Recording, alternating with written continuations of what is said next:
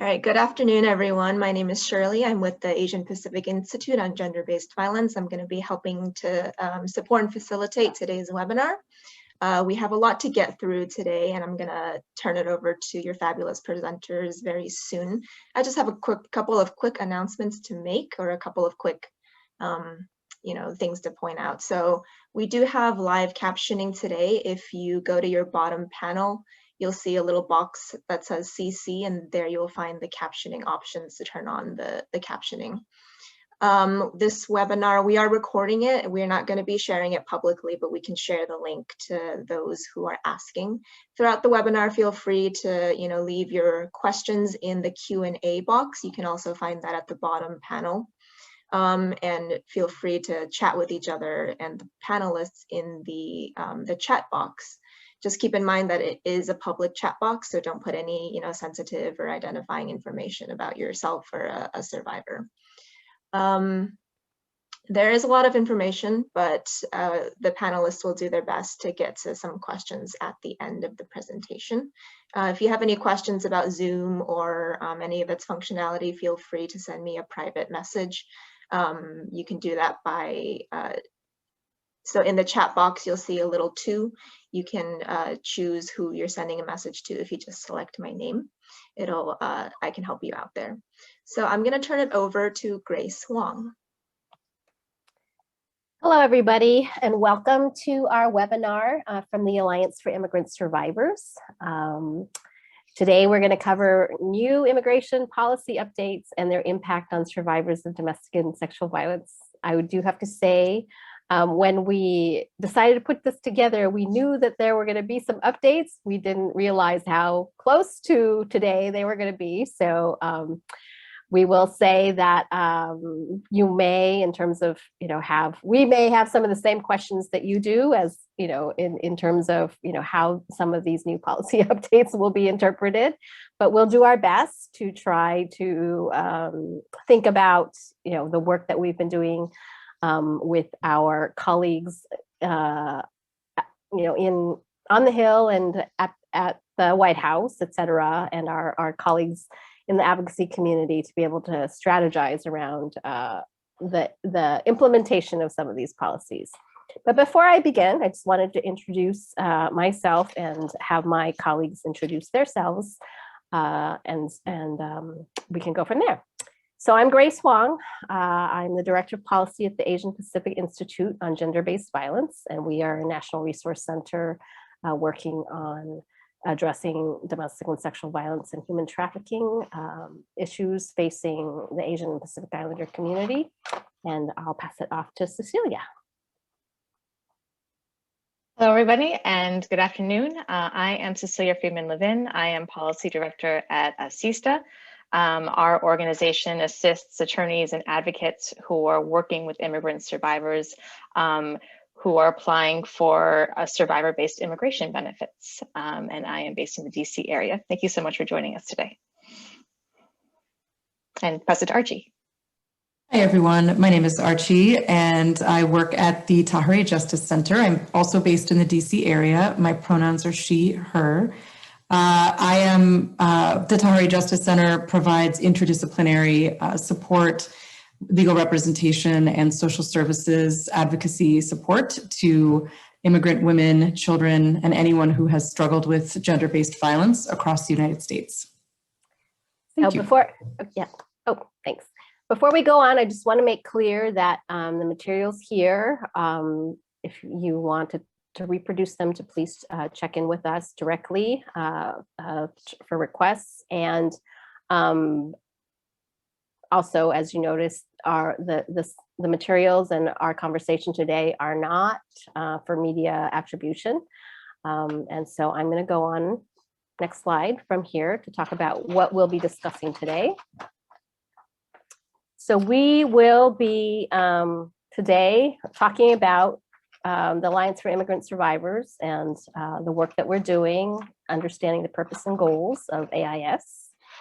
We will be identifying new administrative policy changes that impact a survivor's ability to escape violence, report abuse, get protection and seek services, outline updates in asylum protections and border processing issues for survivors of gender-based violence, and describe upcoming opportunities for legislative changes impacting immigrant survivors. And most of what we'll be talking about today include provisions related to enforcement, public charge, language access, and anti-discrimination in addition. So next slide, please. So Alliance for Immigrant Survivors, I wanted to share that it's a national alliance coalition of advocates working to address the immigration issues facing survivors of domestic and sexual violence and human trafficking.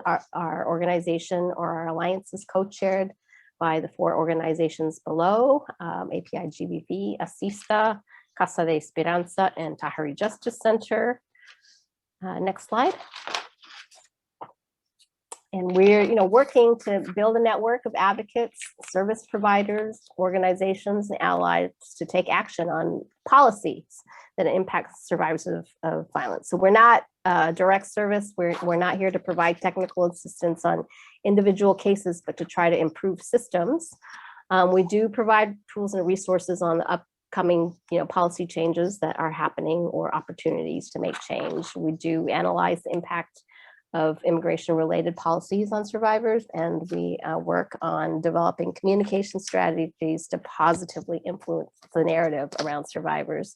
We do, for those of you who are not already on our lists, our email update list, there will be an opportunity at the very end of the presentation to provide your name and contact information so that we can look for, add you to our updates, as well as look for opportunities to be able to share what's happening on the ground as it relates to policy changes and how they're being implemented, as well as figure out ways to get more looped into efforts to change policies.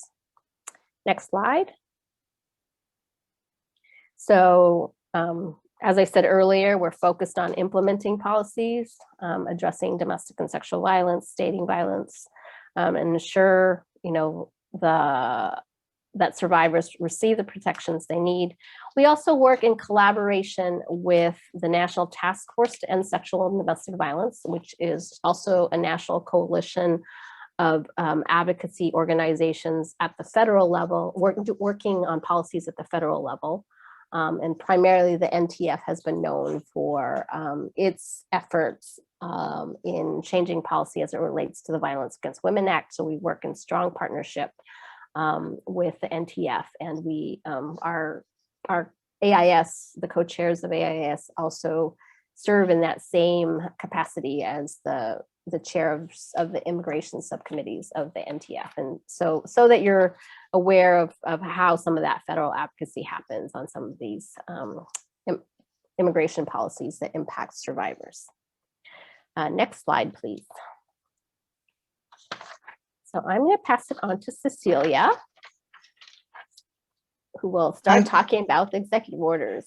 Yes, thank you so much, Grace. And I'm going to put in the chat box a link to a resource sheet that we have developed that has a summary of all of these different executive actions that we'll be discussing today. So again, as Shirley mentioned, we will be sharing the slides, but also wanted to share this resource sheet with you as we go, so that you are able to have kind of the links to these different executive orders and be able to find additional resources on them after you leave today. And if you have any trouble with the link, you can just let me know. All right, so if you can go to the next slide, please. I want to talk a little bit about how over the last several years, the impact of increased immigration enforcement on immigrant survivors, I don't think can be overstated. We've seen how these kind of very harsh and draconian enforcement policies in practice have created an immense chilling effect on survivors coming forward to access protections and services, and how policies like encouraging entanglement with local and state law enforcement agencies and how overbroad enforcement categories have swept up survivors, including those maybe with pending applications. And all of these kind of very overbroad enforcement policies have their genesis in the January 2017 executive order on interior enforcement. So that's why it is very important kind of on day one that executive order was rescinded. And then President Biden directed government agencies to kind of reset and reframe their enforcement priorities in line with these kind of listed values about security, about addressing humanitarian challenges, about public health and safety, and safeguarding dignity and the well-being of families. And so if you take a look at the order, it's very general.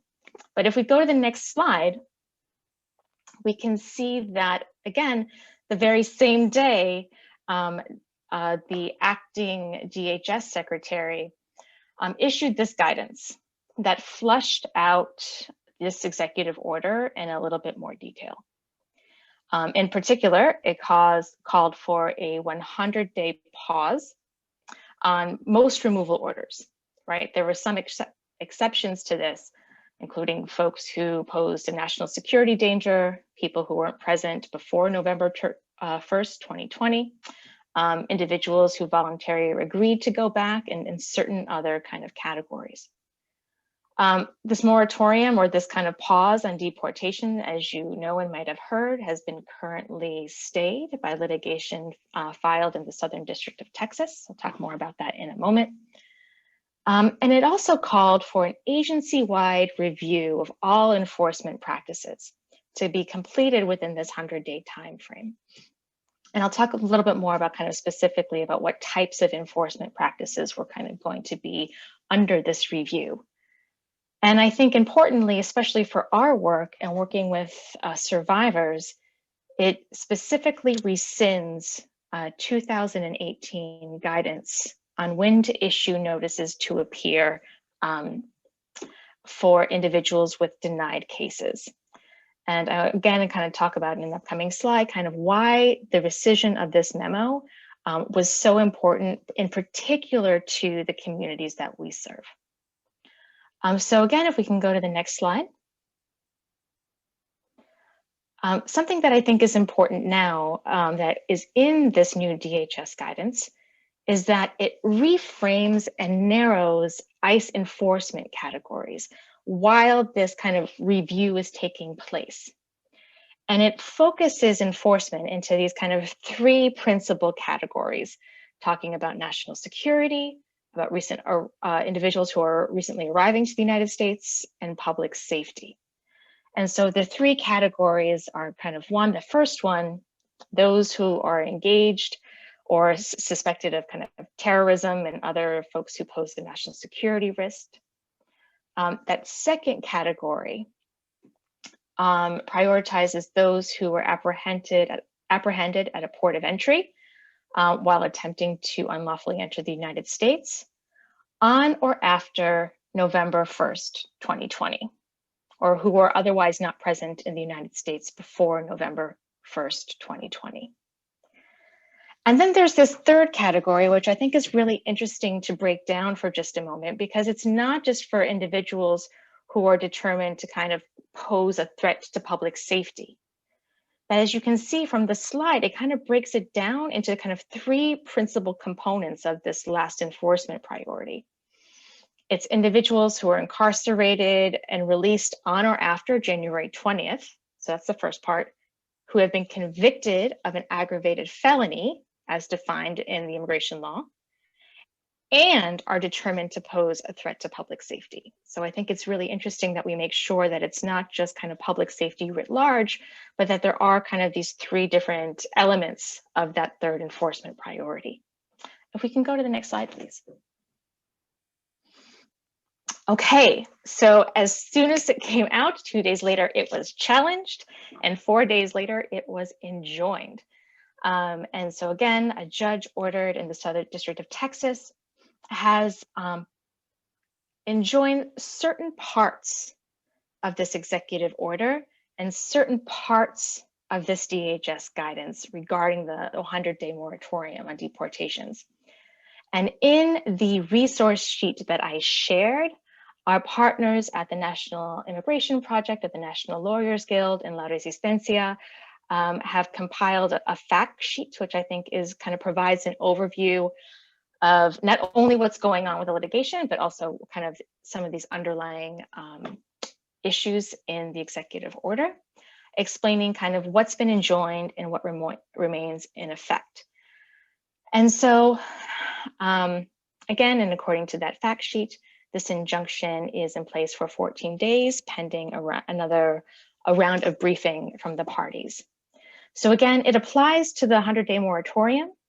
It does not change these enforcement priorities while this review of policies are in place. And the way that I read it, it does not impact the rescission of the NTA memo. So I want to talk a little bit again on this next slide, kind of why this is important for immigrant survivors. And I think principally the thing that is really important is that the 2017 executive order was so overbroad that nearly everyone who could be subject to an enforcement action was considered to a priority. And again, it's hard to remember that far back, but this included folks who were charged but not convicted of a crime, individuals who committed acts that could have been a crime, individuals subject to a final order of removal, and the list goes on. It was extremely broad. And so the narrowing of this criteria, even while this is just undergoing review, is a big step forward because it kind of narrows who ICE will be focusing on as in terms of for enforcement actions. And again, I think that this review, that according to this guidance, DHS is called to review and make recommendations on policies, including those that directly impact survivors, like the issuance of prosecutorial discretion, detention policies, and interactions with state and local law enforcement. And as we know, that kind of how interactions with ICE entanglement with state and local law enforcement, is often an issue with survivors and kind of creates this chilling effect on survivors' willingness to come forward to access paths to safety and protection. And again, I want to kind of focus for those who may not be so kind of in the weeds on this work, that it stops the guidance that directed the Immigration Service to pass denied VAWA, U, and T visa applications to immigration court. And so this policy, again, created an enormous chilling effect on survivors' willingness to come forward to access protections that were created under the Violence Against Women Act and the Trafficking Victim Protection Act, because for fear that if their case is denied, that would be passed on to immigration court, and then they would be subject to removal proceedings and at risk of deportation and separation from their families. So I think this is something that, again, the fact that they did this on day one was really important. And the fact that this was kind of on their agenda from the jump, to my mind, I think is a very big deal. So if we go to the next slide, I think I'm going to pass this on to Archie. That's right. Thanks, Cecilia.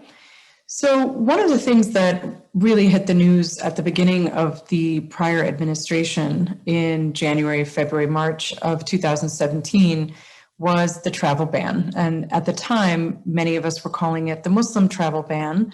It had there were some different iterations of it. At times, countries were added and removed. There was also a travel ban that became known as the Africa travel ban because it included certain African countries. So what is common among all these travel bans is that they were plainly discriminatory. They were targeted through litigation and other forms, but a lot of it did sustain litigation. And unfortunately, there have been bans on people receiving visas in the last few years. What has happened with the executive orders coming out of the Biden administration is that we now have a rescission of all 4 of the discriminatory travel bans that reopen cases, visa applications impacting nationals from the country list that you see here.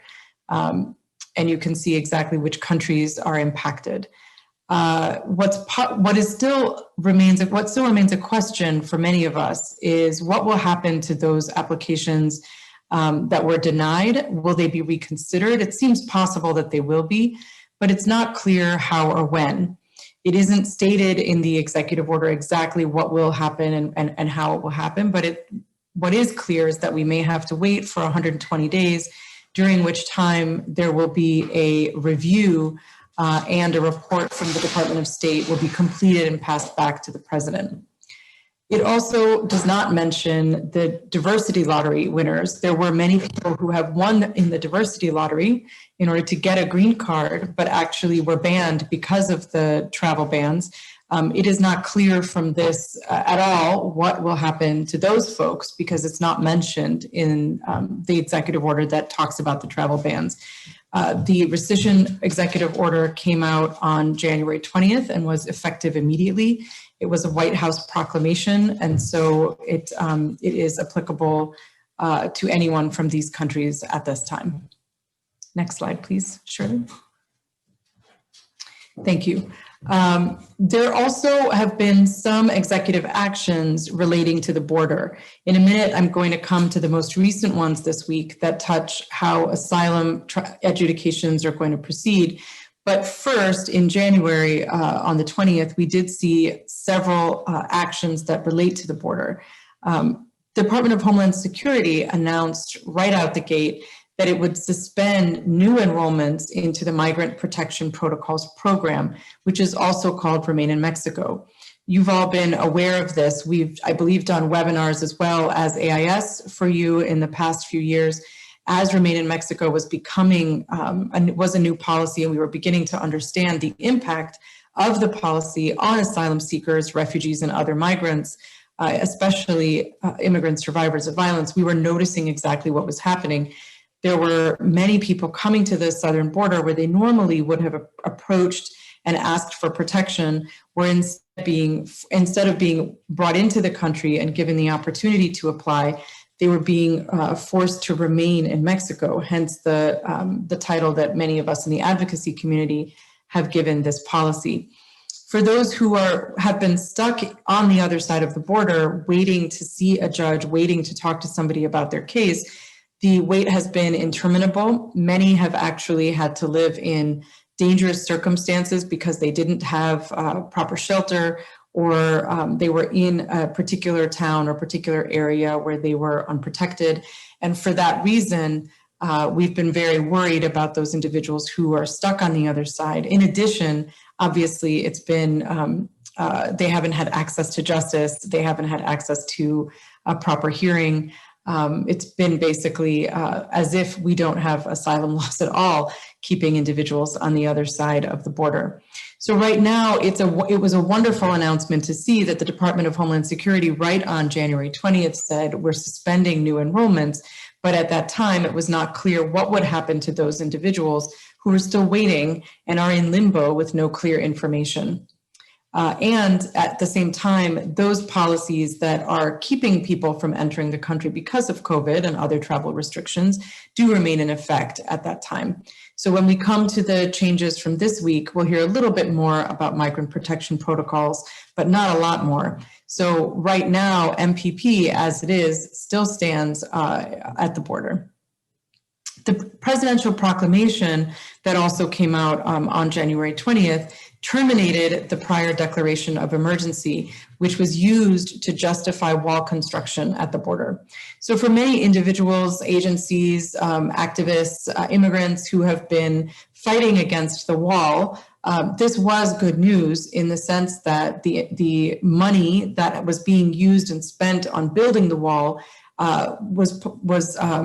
the administration claimed it would be redirected and that all work on the wall at this time would be paused. So this is a positive development, but at the same time, we don't know exactly where this will go down the road. For now, it is a pause.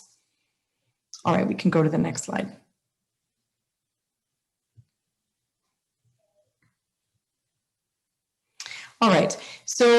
another particular another executive action that relates to the border was one from the acting attorney general, who issued a memorandum rescinding the zero tolerance policy. This is one that hasn't been talked about as much in advocacy circles or in the media, but this particular memorandum is actually really important because zero tolerance, if you remember from, again, several years ago, was the policy that was put in place that said everybody who came across the border must be prosecuted.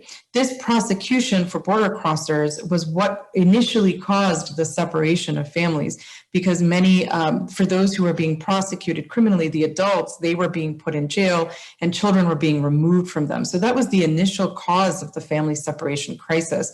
Of course, family separation continued and had been happening and did continue, but the initial crisis itself in 2018, 2019 came from the zero tolerance policy. This policy, this memorandum then states from the Attorney General that they may not follow zero tolerance at all anymore because actually prosecutors must make case-by-case determinations, so that any blanket policy about prosecutions goes against the basic principles of attorneys who are prosecuting cases. I included this in the slide because I thought it was a particularly important point that the Attorney General made, going not just like many of the other executive actions do to the idea that we must think and consider what to do with this policy, but really cuts it off at its base and says we shouldn't be having policies like this at all. So I thought it was a particularly strong memo, and I do hope in the rescission of zero tolerance, we can not see something like that happen again. Next slide, please, Shirley. A couple of other actions that might be particularly important to you as you are serving in your communities, individuals who are seeking short-term relief, in particular things like deferred action. I thought I would point out as well a few of the memoranda that have particular effect. On January 20th, a presidential memorandum directed the Department of Homeland Security to take all actions possible to affirm DACA, the Deferred Action for Childhood Arrivals policy. Now, that is a really important step. What it means is that new applications can be accepted. The grants can be made for 2-year increments. Also work permits, I didn't include this here, but work permits are also available for those 2 years, and advanced parole for individuals is also possible. So this is a very big and important step, allowing individuals who previously qualified for DACA to, but who were on pause, were not able to apply, now are able to apply. This is a big deal. Separately, deferred and forced departure is reinstated for Liberian nationals and for those who were stateless or are stateless, but who last lived in Liberia. So that's also an important step. And it goes through, I can't see the bottom of the slide because of my Zoom controls, but I believe it goes through June of 2022, which is an important long period for this DED to last. Next slide, Shirley.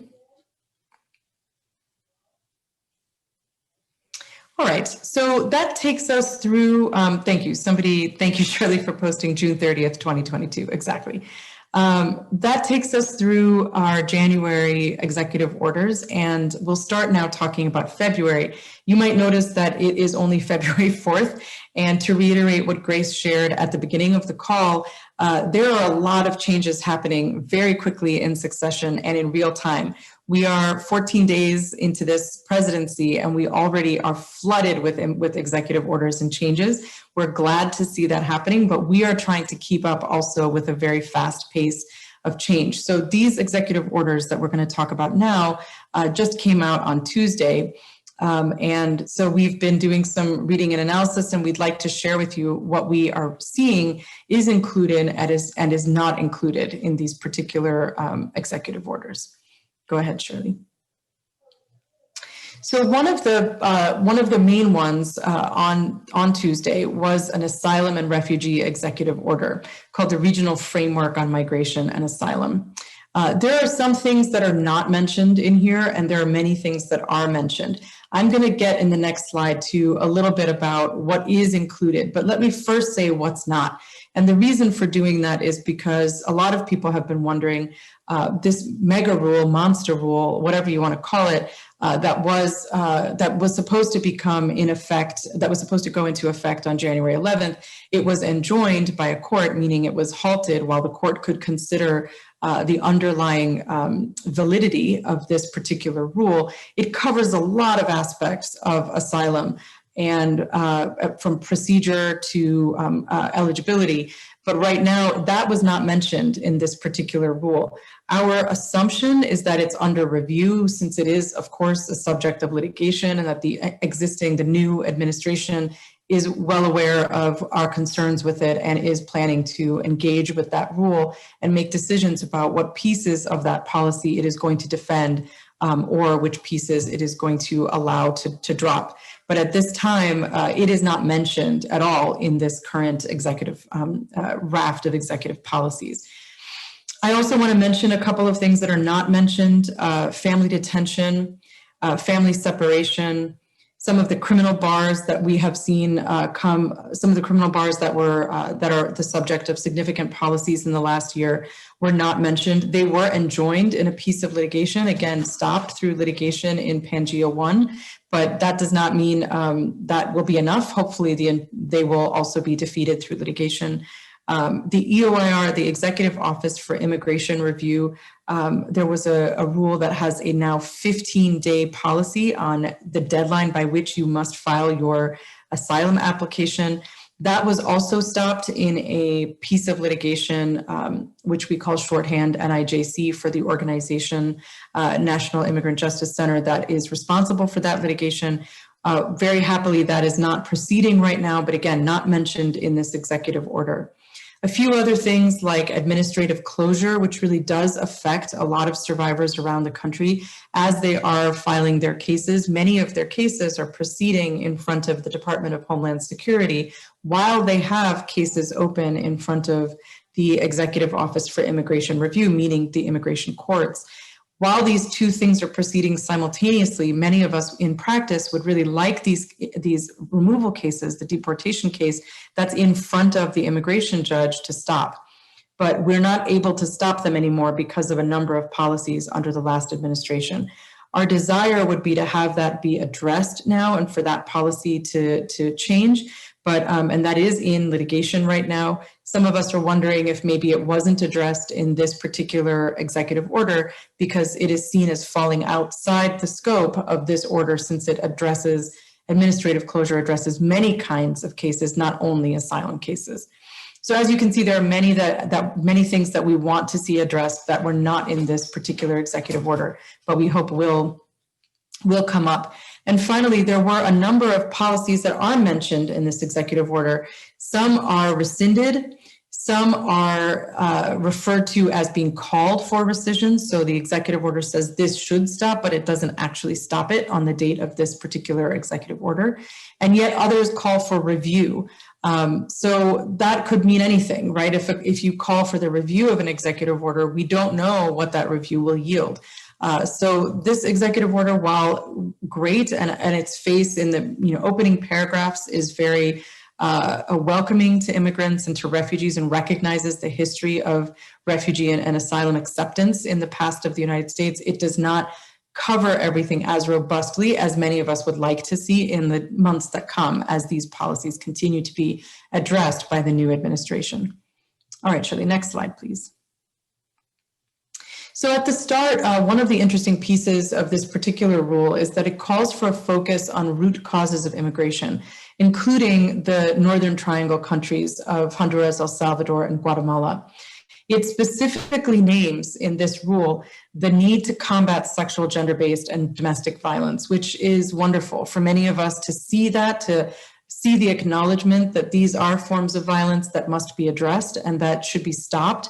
Not just because we don't want individuals to migrate, but because we know that they're suffering, especially those who cannot make it to the United States or out of their country. So this is an important step. At the same time, we want to make sure that we not only address root causes, but at the same time are addressing those who do need to flee and need to get out of their home countries, which is why the rest of the executive order is so important.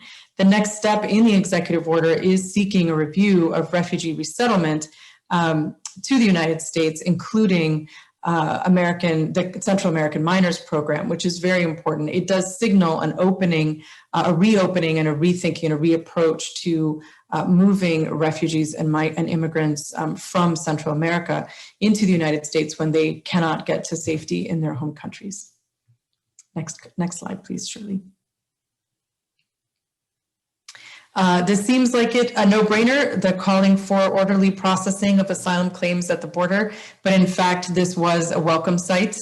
We have seen not only a disorderly processing of asylum claims at the border for many years, but also in most recent years, a complete halt to processing of asylum claims. So we are excited about that there will be processing of asylum claims yet again, and that it might be orderly in the future. There's also the instruction to the Department of Homeland Security, Department of Justice, and the CDC, as well as other agencies, to review and determine whether to rescind policies like the Communicable Diseases Policy, Migrant Protection Protocols, also known as Remain in Mexico, and the Safe Third Country Rules and Agreements. Now, I don't want to take too much time to explain all the different policies that were included, but suffice it to say there are many negative and harmful policies from the prior administration that have really just one after the other slammed the door on different ways that immigrants and refugees can access protection through the asylum system, whether it is trying to get across and into the United States at the border, whether it is trying to access a judge and have their day in court, or whether it is trying to access an attorney and have the time and space in their case to be able to find one and still get a continuance and another chance to see the judge, or whether it is just determining who qualifies and who doesn't. All of these doors have shut in this last 4 years. And so now this executive order is instructing these agencies to review and consider whether to rescind. Again, this is a situation where it would be lovely to have a full rescission, but at this moment, this is what we're getting from the executive order. Next slide, please. I think I'm just about done and coming back to you, Cecilia. A couple of the policies that are rescinded are things such as the Prompt Asylum Claim Review Policy, where CBP, that's Customs and Border Protection officers, were holding survivors of violence in custody while rushing through aspects of their case, making it impossible for them to find lawyers, produce evidence, contact witnesses, or receive support for trauma. So that is an important advance. That is a really important change. We're really happy that this policy was rescinded. There are a few others that also were rescinded in this particular executive order. It is requiring review of asylum eligibility requirements. We're glad again for the review, hoping that it will go in a positive direction, one that advocates have been asking for a long time, in particular calling for new regulations in 270 days relating to the definition of what is a particular social group. The asylum, as many of you know, asylum law really has it's for people who come to this country, are asking for protection, and say that they have been or are going to be persecuted on account of one of 5 grounds. Among those 5 grounds, it is never mentioned that it could be gender, but one of the 5 grounds is particular social group. And so what advocates have done now for more than 20 years is use particular social group as a way of explaining the root causes of gender-based violence and how individuals might themselves fall into a particular social group and therefore be targeted, including for things like domestic violence. So for us in this space, in particular, those of us who are members of the Alliance for Immigrant Survivors and who have been working on gender-based asylum for a long time, explaining and expounding upon what particular social group means is not only critical for survivors, but it's important for others who might actually also be falling under that heading when they're trying to seek asylum. Okay, next slide, please, Shirley. And I believe that might be me passing it to Cecilia. Yeah, go ahead. Thank you. Excellent. No, thank you. So now another executive order that was passed just this week was about the creation of an interagency task force to address the reunification of families under the family separation policy. And again, I think it's important to take a moment to kind of remember the history of this. In the summer of 2018, DHS publicly acknowledged that they kind of separated around 2,000 children from their parents or legal guardians between that time frame in the spring and between April and May. And that number grew. And there was a report back in October of 2020 that around 545 children have still not been found. And so all of this is to say is that there is still a tremendous amount of work that needs to be done to address the problems that this family separation policy has caused. And so this task force, again, which is going to be comprised of different government agencies, from DHS, from the Department of Health and Human Services, Department of State, the Attorney General,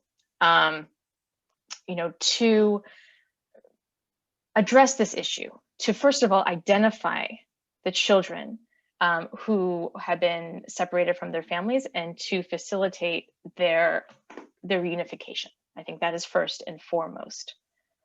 And then secondly, to kind of talk about recommendation regarding the use of parole, right? If there are individuals who need to be reunited who are back in their home country, to utilize parole or other avenues of immigration benefits that might be available.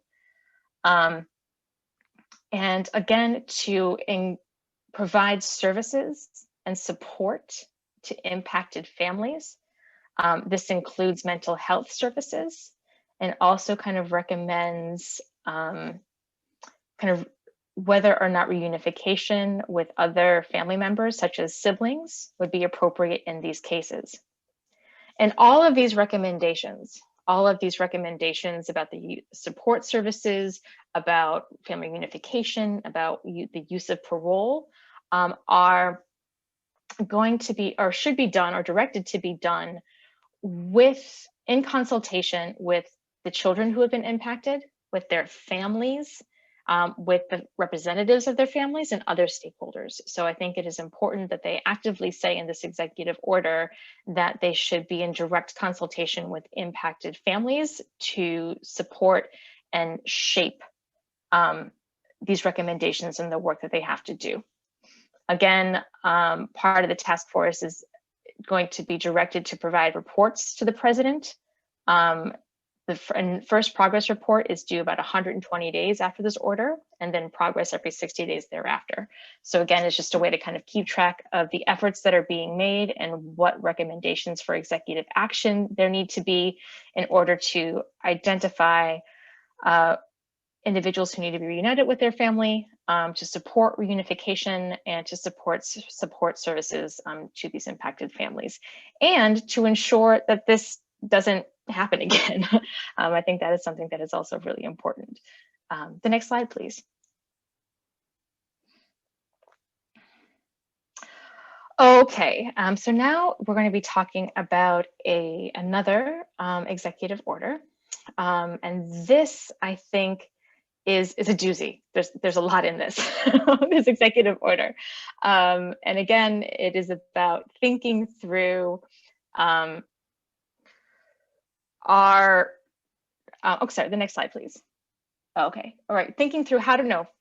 You can go back, sorry. Thinking through how to reframe and kind of reinstitute kind of faith in the immigration legal system to strengthen integration and inclusion efforts for new Americans. And so there are a few ways that this executive order addresses those goals. The first one is to create a task force at the White House, a task force on new Americans, which is to include all government agencies that implement policies that relate to immigrant communities, right? And it also calls on the Department of Homeland Security, Department of State, and the Department of Justice to identify barriers that impede access to immigration benefits. and that impede fair and efficient adjudications, and make recommendations on how to remove those barriers. And I think for those of you on the call who work directly with survivors, might have a lot to say about what specific policies impede access to immigration benefit and to the fair and efficient adjudications of these cases. It mentions specifically in this order how to improve access to the legal immigration system, and whether or not prior actions need to be revised or rescinded. And it specifically mentions the latest USCIS Citizenship and Immigration Service fee rule. So this was a fee rule that was published officially back in August, which drastically increased fees for certain immigration applications and also severely limited access to fee waivers and the criteria for fee waivers. Thankfully, those changes have been enjoined by litigation. But again, those are the types of barriers that definitely, I think, limited access, including to survivor-based applications. There was lots of fee waivers that had been denied for survivor-based cases. And so I think the fact that they are focusing on this is important. But there are also some other policies that we can think of, and I'm sure that you could probably put several in the chat box that impeded access. Things like denying cases for blank spaces on forms, and just all of these myriad barriers that have been put in place in order to discourage individuals from applying for relief. So the fact that they are evaluating these, I think, is really important. Also, I think, which is a big part of this executive order, is to develop a plan to reduce barriers to naturalization and to improve the process by reducing processing times, ways to make naturalization more accessible, including looking at fees and the availability of fee waivers. It also calls on agencies to review policies and practices regarding denaturalization, right, and passport revocation to make sure that those measures are not used excessively. So I think this is another big part of this rule. So there's a lot in there. And I think principally for your work, it also mentions public charge and a review of those policies. And for that, I'll turn it over to Grace. Hi, next slide, please. So one of the big pieces that impacts survivors quite a bit, whether or not they were actually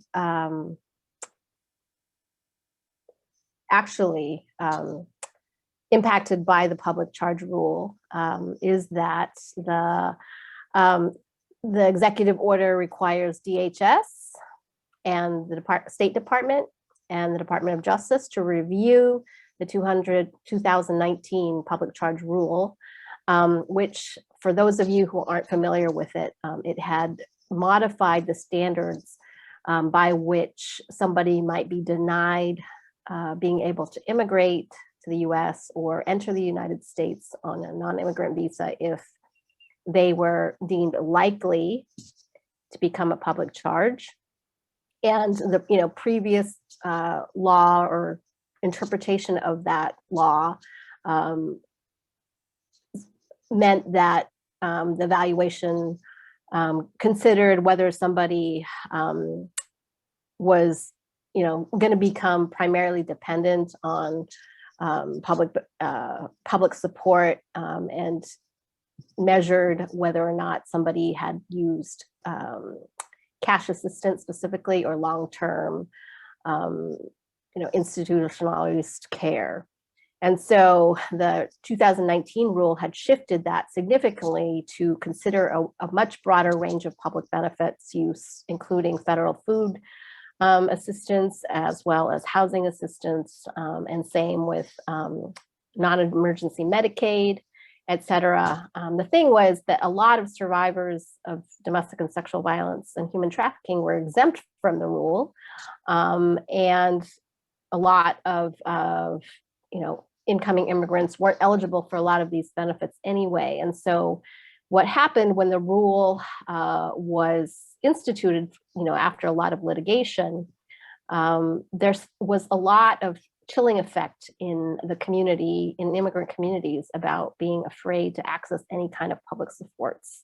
And over the last few years, I can't tell you how many stories we've heard from attorneys and advocates describing how survivors, were deciding to take their kids off of food assistance or medical programs, or not taking school lunches, or even cases of people, not wanting to get free health screenings, or in one case, I have a colleague who reported her client who had been raped, didn't want to go to the hospital to have sexual assault forensic exam done or get any sexual assault, counseling. And so that was the kind of fear that the public charge rule created. The executive order does not rescind the rule automatically. They're going to take, some time to evaluate the impact on the public, and they're supposed to do this evaluation and report back in 60 days. The order also directs agencies, federal agencies, to take steps to clearly communicate public charge policy to reduce the chilling effect, and to consult with the Department of Agriculture that runs the food assistance programs, the Secretary of Health and Human Services that runs various medical and cash programs, as well as the Secretary of the Department of Housing and Urban Development. And so we know that there will be this evaluation done, and the agency will have to go through rulemaking again to publish a modified regulation, mostly because there was already a rule that was finalized and went into effect. So we will be, AIS will be sharing opportunities to weigh in and share our experiences and our concerns or our support, whatever it might be, depending on what is issued. I have a question here about aid that has been established for rental assistance due to COVID. If it was not, it shouldn't be assistance that would be covered under the current rule if it is not through HUD specific federal HUD program, and it will depend on the source of the rental assistance. So that's a question that has more than, doesn't necessarily have a simple answer, but for the most part, some of the short-term emergency assistance or reimbursement, or some of the short-term assistance related to emergencies, and that would be COVID, for example, should not be a public benefit or housing benefit that would be covered under the public charge rule. Okay, moving on to the next slide. Another executive order that isn't necessarily specifically immigration related, but we mention it here, was the Civil Rights Executive Order relating to advancing racial equity and support for underserved communities, making sure that fair housing is supported, because there were some rollbacks as it relates to anti-discrimination law in the context of housing.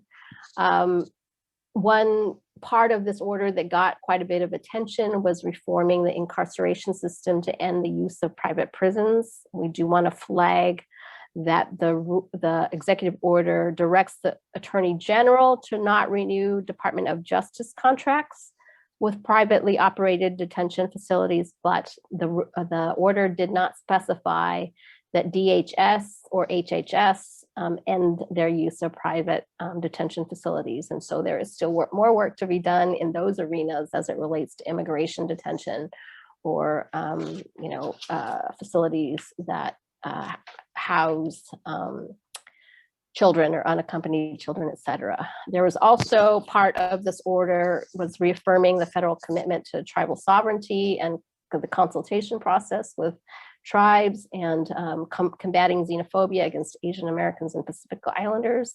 And then one other element was of this order was rescinding prior guidance from the last administration related to training that related to, I can't remember the exact language, but it was training and resources related to racial equity that had barred federal contractors from being able to do some of those trainings. So that order was rescinded. And so I'm going to move on to the next topic, Shirley. And I think we're going to try to answer some of the questions that folks have as it relates to what's happening. Next slide. So first, what I'm going to do is talk about some of what we've identified as legislative priorities impacting survivors, many of which have been longstanding, some of which existed prior to the last Violence Against Women Act reauthorization in 2013, and that we've been working to advance for years. And so on to the next slide, please, Shirley. As folks know, before I go into these specifics, the Violence Against Women Act technically has expired. But what that means is the Violence Against Women Act is primarily a funding program. And so what it means is the authorization for the funding programs, such as the STOP, which is the Services Training Officers and Prosecution Program that funds domestic and sexual violence services in states, or your Legal Assistance to Victims program, or what other culturally specific services program from the Office of Violence Against Women. Those programs no longer have statutory authorization. However, Congress also has an appropriations process where they write their legislation that designates how much federal money goes to fund these programs every year. And although VAWA has expired in terms of its authorization, the appropriation continues, and programs have continued despite the expiration of the Violence Against Women Act. Now, there are substantive provisions within the Violence Against Women Act, like the immigration law protections, like VAWA self-petitions or U visas, or other immigration law provisions, or housing provisions, that protect against immigration in federal housing, or tribal protections that relate to tribes being able to prosecute non-tribal members for domestic violence on tribal land. Those kinds of legal substantive provisions, they don't have an expiration date per se. And so to the question that we were asked about whether the expiration of VAWA impacts these protections that we are working to expand and strengthen, those did not expire. The only thing that we work with every year is our limited U visa cap of 10,000 visas per year. And we are wanting to expand that and lift that cap because as many of you know, U visas for crime victims who have collaborated with law enforcement in the investigation or prosecution of certain crimes. There are only 10,000 visas allotted for individuals in that might fit into that category a year. And over the last, where are we now? 10 years, we've more than that, 12, 13 years, we've exceeded that cap. And I think we were at an average of, mid-20s to mid-30,000 applicants every year. And so one of our goals and one of the things identified by the president has been to raise that cap. So there's that. We also are exploring with our congressional colleagues opportunities to improve the U visa certification process, especially in light of some communities where law enforcement entities have blanket policies perhaps to not issue certifications, and to find alternative ways for individuals to be able to seek a U visa if they struggle with obtaining those certifications. And also recognizing what we've heard from many of our what we've heard from survivors and advocates over the years is just, there are some individuals who just can't access law enforcement to address the crimes they've experienced. We also have as a priority for legislation, timely processing of survivor-based cases. Right now, we know we've been hearing or seeing in the caseload reports that USCIS is taking about 5 years to even open U visa applications. And so, in the meantime, people are left without protection against removal and, no access to work authorization. So we're looking at putting in statutory guidelines around how quickly those cases need to be processed. We're also looking for guidelines limiting, restricting detention and removal of survivors who are eligible for some of these victim-based protections. And we're prioritizing creating a self-petition process for dependent spouses and children of all sorts of immigration categories, including non-immigrant visa categories and any newly created immigration categories that might be contemplated in upcoming legislation that others might be working on. So next slide. We're also looking at updating, some of the housing statutes to make sure that immigrant survivors that have various, legal statuses are eligible to access federal housing, and increasing access for immigrant survivors to federal public benefits like the TANF program or the food assistance program or SSI, et cetera, by changing definitions in the federal welfare law to be more inclusive of immigrant survivors. We're looking at prioritizing processes to reunify, dependents that might be abroad, to allow them to join their parents or perhaps others, children in some cases, I guess, for those that are, for example, applying for the U visa, et cetera. And then trying to get rid of some of the hurdles that others who might have entered in other lawful status to be able to apply for protections under the U visa or under VAWA, for example. People that might have come on a K visa but didn't marry their the sponsor of their K visa, or maybe somebody who came on some kind of, what are those, what are they called?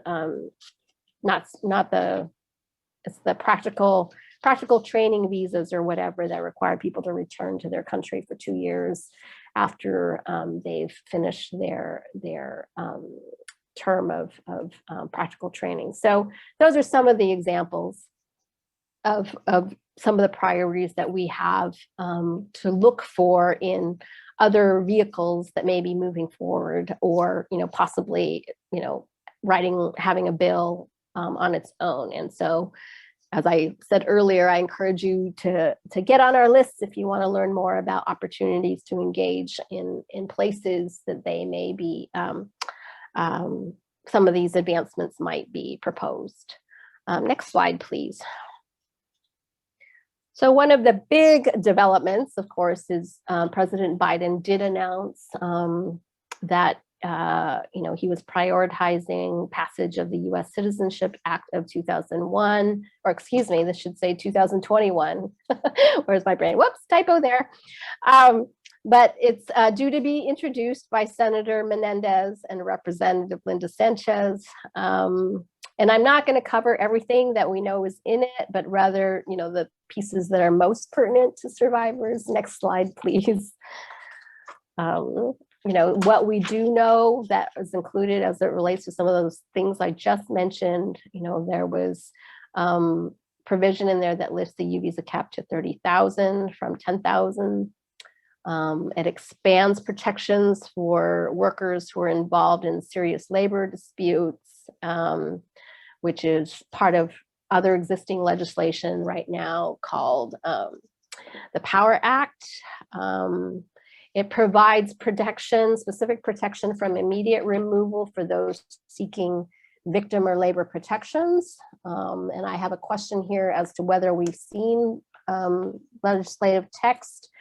We have not seen the whole bill. We've seen little portions of the stuff that we have the most knowledge about, but we've not actually seen the larger bill. Next slide, please. It creates a legal provisional immigrant status, which provides temporary legal status for undocumented individuals that, qualify, like they don't have criminal background, issues, national security issues, that, have, are in the country by January 1st of 2021. It allows them to apply for status after 5 years in this legal provisional immigrant status. This is an exciting provision for us because we know there's a lot of pressure on the U visa program from a lot of folks who aren't eligible for any other kind of status. It's important for us as a community to be supporting these other pathways for people to obtain residency, because we know that folks that don't have regular status are particularly susceptible to being exploited or abused or targeted with violent crimes. And so this is one of those things that we know that would be really helpful for a lot of folks to be able to regularize their status. We know in the president's bill, there are provisions creating immediate or virtually immediate permanent residency for those who are dreamers, those who currently have TPS or temporary protected status, and certain farm workers as well. And as a flag for those of you, we know that there are also individual bills aside from that. And so Senator Durbin today did introduce his DREAM Act. So be on the lookout for that particular bill for those of you who are interested. And then another just really important element of this bill that recognizes the humanity of our communities is that the bill changes longstanding language in our immigration code that refers to people that aren't US citizens. Right now the law calls everybody who is not a US citizen an alien. And so it switches that language to call everybody non-citizens, which, is a much more humanizing term, and I think very welcome from a lot of people. The next slide, please. It strengthens the family-based immigration system, and this directly impacts those of survivors who are in the VAWA self-petition process. It clears family backlogs by making spouses and children of lawful permanent residents. It puts them into a category called immediate relatives, meaning that they don't have to wait for a visa to become available, and which really will speed up their ability to obtain a green card much more quickly. Eliminate certain current bars to residency, such as what are known right now as the 3-year bar and the 10-year bar for people who've had unauthorized presence in the United States for a certain amount of time. And it allows those with approved family-based petitions to join their family in the US while they're waiting for their visas to come US, or excuse me, their green cards to come current. So, for those who are left still in the visa preference system, it allows people to come short-term to visit. Next slide, please. Also related to family reunification, as Archie had discussed earlier, reinstitutes the Central American Minors Program and creates the Central American Family Reunification Parole Program that unites children with relatives in the United States. Next slide. In the asylum context, we know it eliminates the 1-year filing deadline for asylum applications, which is a huge deal for survivors of gender-based violence and other survivors of trauma who may face challenges in filing for asylum within the first year of entry. It creates or establishes designated processing centers throughout Central America to register and process displaced persons for refugee resettlement. And then next slide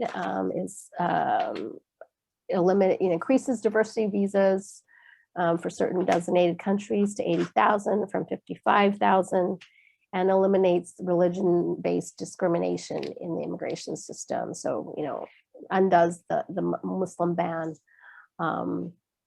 et cetera. Oh, it does, for the question that was asked in Q&A, there is specific language about work authorization for individuals who are dependents on certain non-immigrants.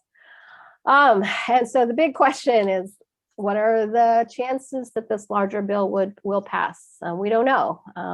Some of us who have been working in this arena for a long time know how challenging and controversial this legislation can be. And we always know that when we're trying to move forward with immigration, expanding immigration, that there are lots of opportunities for rollbacks or decreased, more restrictions on existing programs. And so what we know right now is, there's openness for parts of this legislation to go forward as separate bills. There's, the possibility of the larger bill that's being introduced soon. We are working in collaboration with some members of Congress to get, specific legislation around those that have VAWA, self-petitions, T and U visas, and special immigrant juvenile cases. And, the provisions that we're working on, we're looking for whatever opportunity to try to move them forward, whether it is in its own bill as part of this larger bill, or possibly in the reauthorization of the Violence Against Women Act. Those of us that are part of the National Task Force in Sexual and Domestic Violence, as I mentioned earlier, our work, talking with House and Senate members about what VAWA reauthorization will look like, because the bill that was introduced last year or the year before did not include immigration provisions because of the concern that there would be other rollbacks attached to immigration provisions. And so we are at least looking at the ability to possibly introduce some of these pieces. We will see what the bill sponsors agree to. I'll put it that way. But we, yes, are in those conversations now, and we know are going to be looking for examples from the field about what is important for us to be including or moving forward, and requests from the field to support our requests. How about let's move forward. Next slide.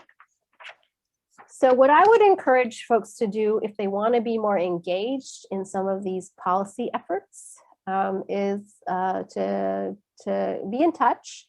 As I have mentioned a few times, the National Task Force to End Sexual and Domestic Violence, the steering committee of that group There are almost 30 national organizations focused on getting the next Violence Against Women Act passed, as well as other federal policy related to survivors of domestic and sexual violence. There are, there's us, the Alliance for Immigrant Survivors. Our website is there, or you can follow us on Twitter at 4M Survivors. And then, our individual websites are here. There's also, for those of you specifically interested on the public charge issues, there's the Protecting Immigrant Families campaign. Next slide. Yes, and then, yes, if you have more questions for us, in particular related to policy updates, etc., you can email us here. I don't know, Cecilia, if you want to do another mention of materials and then our survey. Right, of course. And so again, we will be sending out a PDF of these slides and in a note page after the presentation today so that you can have them.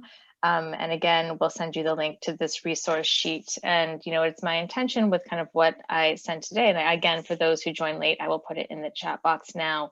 My intention is that this is going to be kind of a living document. So as we know more about the DREAM Act bill that's being introduced or other kind of efforts as they come about, it's my hope that I can kind of add to this so that we can kind of get a sense of what is going on, both in terms of administrative policy, but also legislative efforts. And again, do please keep in touch.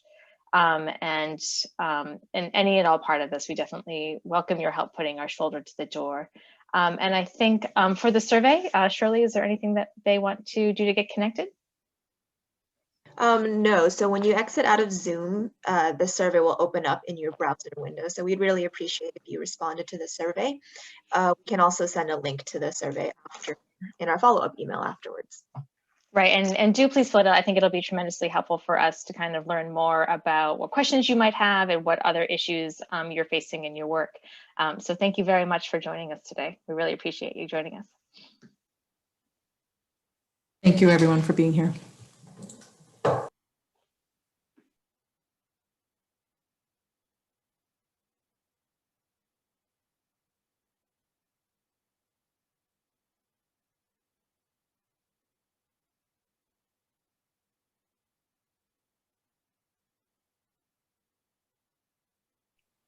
And for those asking for certificates of attendance, you can also put that in the survey information at the end if you don't want to stay in this Zoom.